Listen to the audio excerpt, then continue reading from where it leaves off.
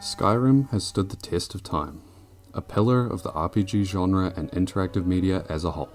Over a decade has passed since this game's release, and it is still consistently played by tens of thousands of people around the world. I knew this, but for years Skyrim has been nothing more to me than one of those games people would play for beating X game without using Y challenge videos. The most I had played of Skyrim was at a friend's house, only making it to Whiterun before calling it quits. I just didn't think it was for me. But then I got to thinking, I've got to be missing something. And as it turns out, I was. That something was virtual reality. Oh, fuck. I'm sorry. Chocolate. That one. Oh my god. Damn.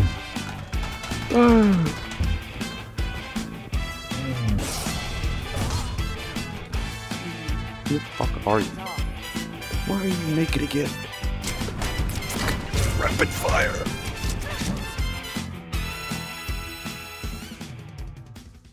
Virtual reality is a game changer. The thrill of sneaking up behind an enemy and driving a dagger into their back. The horror of watching a massive frostbite spider descend from the ceiling.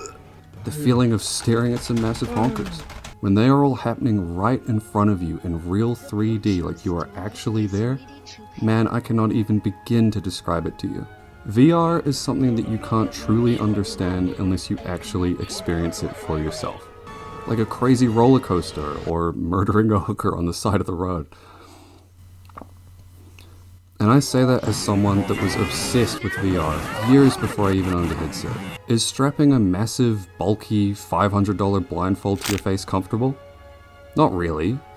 I feel like I'm in a saw trap a lot of the time when I put it on, but boy, it is worth it. Once you get past the initial awkward half-chub feeling when you first put it on, and start actively interacting with the world, you will forget it is even there.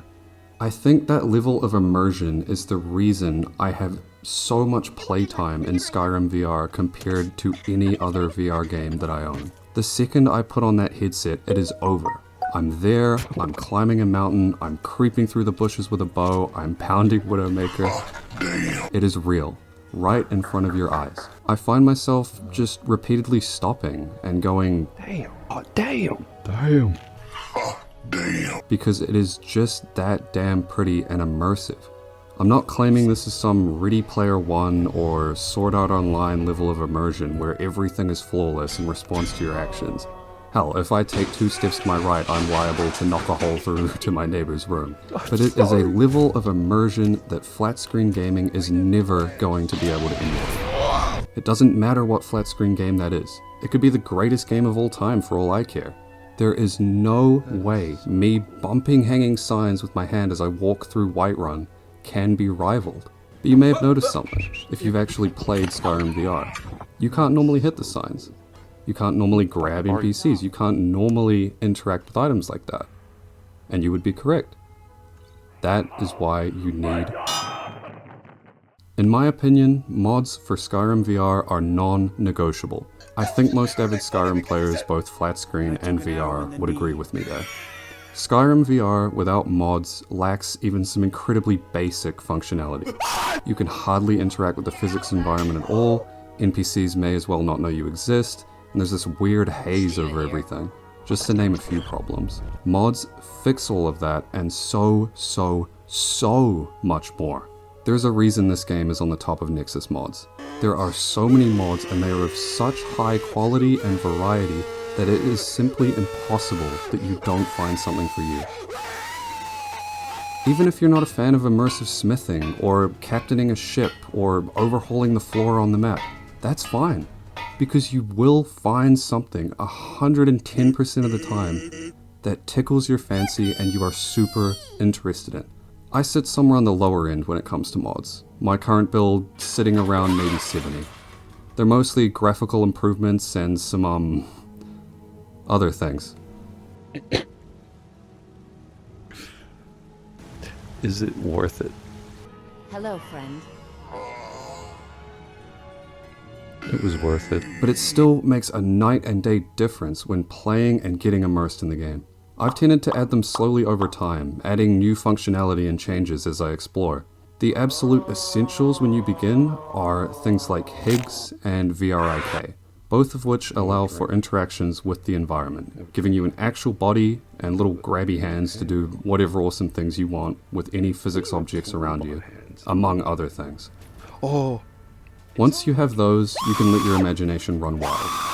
I'll also point you in the direction of things like Dindulod to make it so you can't just watch trees 20 meters ahead of you pop into existence. Again, crazy levels of immersion. I'll also slap a warning here to add mods incrementally. Don't chunk in a bunch of stuff all at once or you're likely to break something and then have absolutely no clue what went wrong. But now you know what you're working with here. This ain't no vanilla experience, we gotta spice it up a little bit. I think I'm finally ready to tell you what I think about Skyrim. Oh, I think I'm about to pass a kidney stone! If I was to talk you through every funny, Hello. Hello, pumpkin. Hello. Don't. horrific, Look what you did. Goodbye, brave pumpkin. and beautiful experience I've had in this game so far, this video would be 3 hours long. So I'm going to give you the quick version, the ChatGPT summary of what's going on in the Elder Scrolls V Goonrim edition. Quick character summary. I was dropped on my head so many times as a kid that I cannot hold a normal conversation with people. So I sit in bushes with a bow, role-playing as Chris Kyle, and the average British person, while stealing a bunch of shit because I accidentally stumbled upon the Thieves Guild, think their armor looks cool, and now have to blend in with them all. To begin, I can't stay on track to save my life.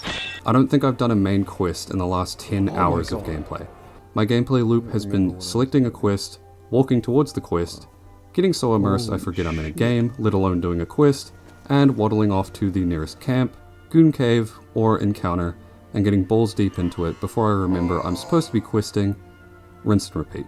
The game is probably older than most of the people watching this video, and yet I've still constantly found myself taken aback by the environments and map. I found I use fast travel far less than in most other games because I have no problem walking for a couple minutes from town to town because I know I'm going to be immersed, looking at a beautiful landscape or bumping into weird random encounters. I want to just rattle off a couple of my most memorable experiences so far. And I say so far because I know they're just going to keep coming. There's still dozens of hours of content left for me and I can't wait to experience it. Giant spiders ain't as scary when you're on a 2D screen. Same with bears and trolls and whatever else. It is a completely different story when they're just a few meters in front of you and charging into your face. Games don't normally scare me, not even horror ones. But VR, different story entirely. Recently, I've also had several run-ins with adorable animals. Little baby foxes and goats around the VR world. When you're in VR, you can't help but love them. I mean, look at them. I also have a companion named Sophia. She's great normally, with the exception of some unique dialogue. Have you ever tried bareback? I didn't like it. It started to make me a little sore after a while. What the fuck did I install? She also has taken a strange fascination, one in ruining my fucking day. She has again and again murdered these poor creatures with ice magic right in front of my eyes. Why? The goat is angry. Okay. It wasn't going to be a video about a Bethesda game without talking about bugs. Todd may have been a little optimistic when he said it all just works. because a fair amount of the time, it does not. Half of these bugs I can't even begin to comprehend. When you've altered the game files as much as I have, I can't really blame Bethesda anymore. But just to get into a couple, items disappearing entirely, physics weirdness, stuff leaving my inventory, it's all here, and as with everything else, VR only makes it way more obvious. However, I do have a question for you, Todd Howard. Why the fuck does my companion's clothes keep randomly coming off? This ain't my doing, I swear. This ain't my doing, I swear. No, you guys gotta believe me, she did that willingly, I swear.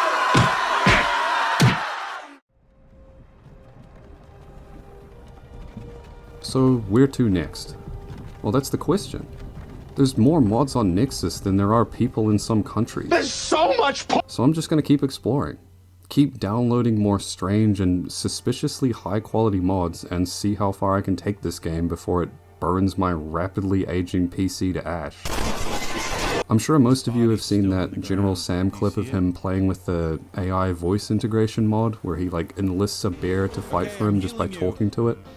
That one is definitely on the list, along with some others, graphical mods, quality of life improvements, things like manual reloading of crossbows I really want.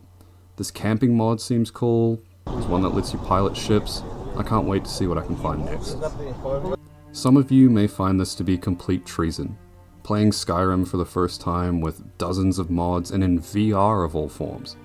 But I love it, and I'm going to keep loving it. If you don't have a VR headset, the Quest 3S is what I picked up. It's well worth your purchase, and definitely on the cheaper side of things. If you have VR and you haven't played Skyrim yet, what are you doing? Get onto it. Now, if you'll excuse me, I've got a purple woman at home, eagerly awaiting my return.